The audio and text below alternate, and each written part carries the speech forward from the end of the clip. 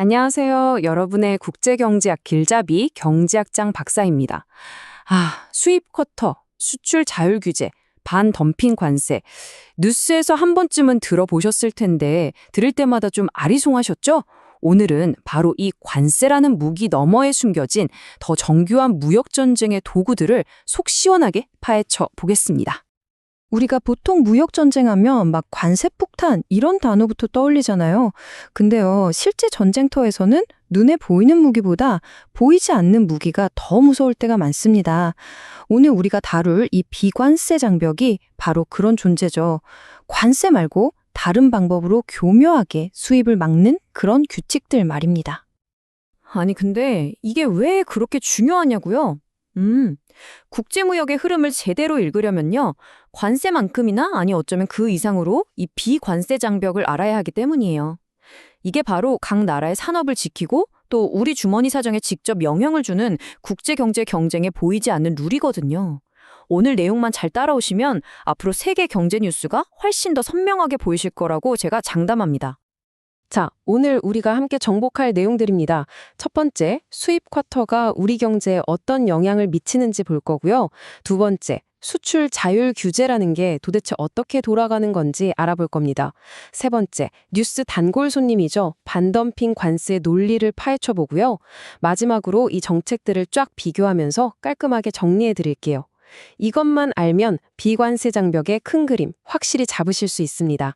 좋습니다. 그럼 바로 본론으로 들어가 보죠. 비관세 장벽의 첫 번째 주자이자 가장 기본이 되는 정책, 바로 수입 쿼터입니다. 관세는 수입품에 세금 딱지를 붙여서 가격을 슬쩍 올리는 방식이잖아요. 그런데 이 쿼터는 훨씬 더 화끈합니다. 그냥 올해는 딱 100톤까지만 수입허가, 그 이상은 절대 안 돼. 이렇게 물리적인 양 자체를 그냥 확 막아버리는 거예요. 훨씬 더 직접적이고 강력한 방법이죠. 자, 그래프가 나왔다고 해서 너무 겁먹지 마세요. 오히려 잘 됐습니다. 이 그래프 하나에 수입 쿼터의 모든 경제적 효과가 다 담겨 있거든요. 원래 국제경제학이라는 게 이런 수요 공급 그래프를 통해서 현실 세계를 분석하는 학문입니다. 자, 그럼 이 그래프가 대체 뭘 의미하는지 다음 장에서 하나하나 샅샅이 뜯어보겠습니다. 자, 그래프를 한번 자세히 들여다볼까요? 원래 쿼터가 없었다면 우리는 저기 PW라는 국제시장 가격으로 물건을 마음껏 살 수 있었을 거예요. 그런데 정부가 수입량을 딱 제한해버리니까 어떻게 되죠? 그렇죠. 국내에 풀리는 물건이 줄어들면서 가격이 P'까지 쭉 올라갑니다. 바로 이 가격 상승 때문에 우리 같은 소비자들은 손해를 보게 되는 거예요. 그 손실의 크기가 바로 A, B, C, D, E 4개 영역을 합친 면적입니다. 결국 소비자들은 더 비싼 값을 내고 물건도 덜 사게 되는 셈이죠. 자, 여기서 정말 결정적인 차이점이 나옵니다. 만약에 이게 관세였다면 저 C라는 면적은 고스란히 정부의 세금 수입, 즉 국고로 들어갔을 돈입니다. 그런데 수입 쿼터에서는요, 정부로부터 수입 허가를 받은 운 좋은 몇몇 수입업자들이 이 C 영역만큼의 어마어마한 초과 이윤을 그냥 꿀꺽하게 되는 거죠. 이걸 경제학 용어로 쿼터 지대라고 부릅니다. 간단히 말해 돈의 주인이 정부에서 특정 민간업자로 바뀌는 겁니다. 이게 그냥 책에만 나오는 딱딱한 이론이 아니에요. 우리나라에 아주 중요했던 실제 사례, 바로 쌀 수입 사례를 통해서 이 개념이 현실에서 어떻게 작동했는지 한번 생생하게 살펴보겠습니다. 바로 이 자료가 우리나라 쌀 시장 개방의 역사를 한눈에 보여주는데요. 1994년 우루과이 라운드 협정 이후에 우리나라가 쌀 시장을 바로 관세로 여는 대신에 최소 시장 접근, 영어로는 MMCA라고 부르는 일종의 쿼터 제도를 도입했습니다.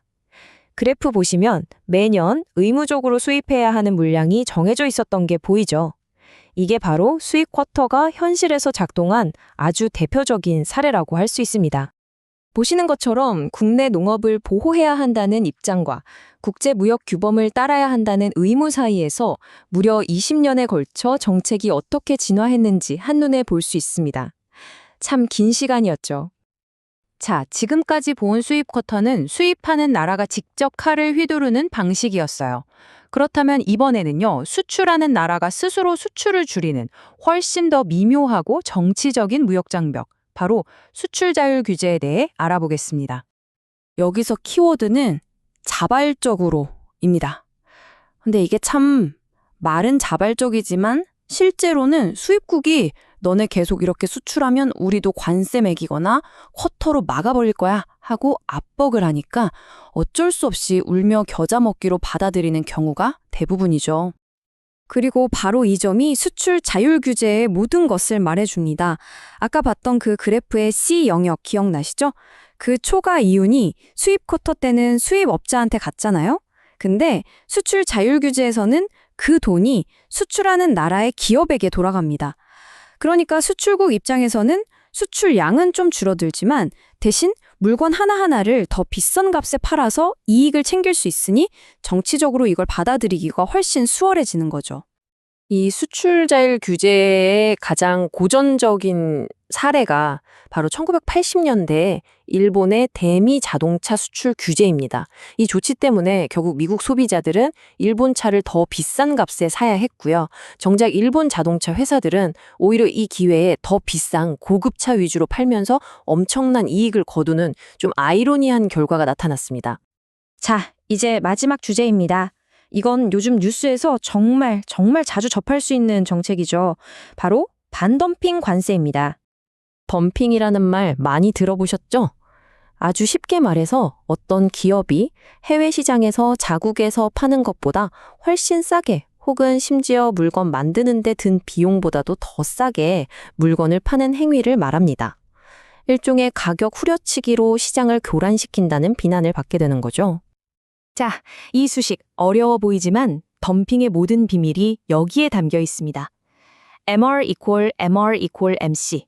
여기서 MC는 한 개의 비용, 그러니까 물건 하나를 더 만들 때 추가로 드는 비용이고요. MR은 한 개의 수입, 물건 하나를 더 팔 때 추가로 버는 수입입니다. 모든 기업은 이익을 극대화하기 위해서 국내 시장과 해외 시장에서의 한계 수입을 자신의 한계 비용과 똑같이 맞추려고 하거든요. 바로 이 원리 때문에 덤핑이라는 현상이 발생하게 됩니다. 이 그래프가 바로 그 기업의 전력을 아주 적나라하게 보여주는 그림입니다. 왼쪽 국내 시장을 보세요. 보호를 받으니까 수요가 한정적이라 비싼 가격 P프라임을 받아도 팔립니다. 그런데 오른쪽 해외 시장은 어때요? 경쟁이 엄청 치열하니까 국제 가격 WM에 맞춰서 싸게 팔아야 하죠. 똑똑한 기업은 이 두 시장의 특징을 이용해서 국내에서는 비싸게 받고 해외에서는 싸게 파는 이른바 가격 차별 전략으로 전체 이윤을 극대화하는 겁니다. 그러니까 기업의 머릿속을 한번 따라가 보면 이렇습니다. 먼저 전체적으로 얼마나 생산할지 총량을 정해요. 그리고 나서 그 생산량을 국내 시장과 해외 시장의 상황에 맞게 최적으로 배분해서 이익을 한 방울까지 쥐어 짜내는 거죠. 자, 이렇게 해서 세 가지 복잡한 정책들을 모두 살펴봤습니다. 어떠셨나요? 이제 이 조각들을 모아서 전체 그림을 한번 완성해 볼까요? 이 표 하나면 오늘 배운 내용이 머릿속에 착 정리될 겁니다. 각 정책의 핵심 특징, 그리고 무엇보다 가장 중요한 그 추가 이윤이 과연 누구의 주머니로 들어가는가를 한눈에 비교할 수 있죠. 수입 쿼터는 수입업자, 수출 자율 규제는 수출업자, 그리고 반덤핑 관세는 수입국 정부. 이 차이를 이해하는 게 바로 핵심 중의 핵심입니다. 솔직히 오늘 다룬 개념들, 그래프도 나오고 수식도 나오고 좀 복잡하게 느껴지셨을 수도 있어요. 하지만 오늘 배운 이 수입 쿼터, 수출 자율 규제, 반덤핑의 작동 원리를 한번 이해하고 나면요. 앞으로 국제 뉴스에 나오는 수많은 무역 분쟁 기사에 그 이면에 숨겨진 진짜 속내를 꿰뚫어 볼 수 있는 그런 새로운 눈을 갖게 되실 겁니다. 마지막으로 여러분께 질문 하나 던지면서 마무리하겠습니다. 오늘 배운 이 세 가지 무기 중에서 지금 이 순간 세계 경제에 가장 큰 영향을 미치고 있는 것은 과연 무엇일까요? 한번 곰곰이 생각해 보시면 좋겠습니다. 지금까지 여러분의 국제경제학 길잡이 경제학장 박사였습니다. 감사합니다.